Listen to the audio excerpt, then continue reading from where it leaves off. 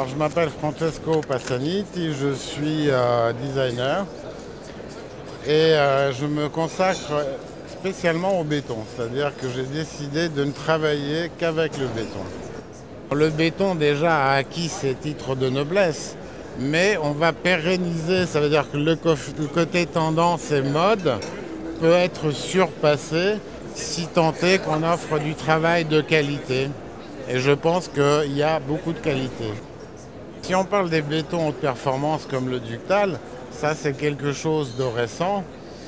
Et moi j'ai connu ce matériau il y a à peine un an.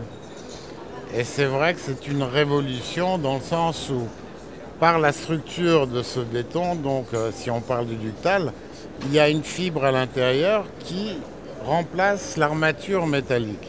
Qui dit armature métallique dit enrobage, qui dit enrobage dit épaisseur. Donc ça veut dire que si on enlève tous ces problèmes, on en arrive à des épaisseurs fines et donc on diminue le poids. Si on a diminué le poids, on a gagné parce qu'on peut rentrer dans la maison et on peut soulever une chaise, un fauteuil, une table, alors qu'avant on ne pouvait pas. En désépaississant, on peut faire des choses comme la bibliothèque là-bas qui est très fine, etc.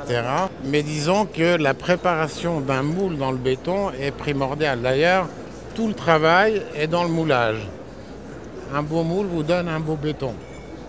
Si on sait concevoir un moule, on sait comment faire passer le béton, etc., on réussit sa pièce. Et c'est l'exemple du bureau qui est un projet pour le ministre de la Culture, dont l'idée est d'avoir deux feuilles qui se superposent pratiquement sans se toucher et qu'elles flottent dans l'espace.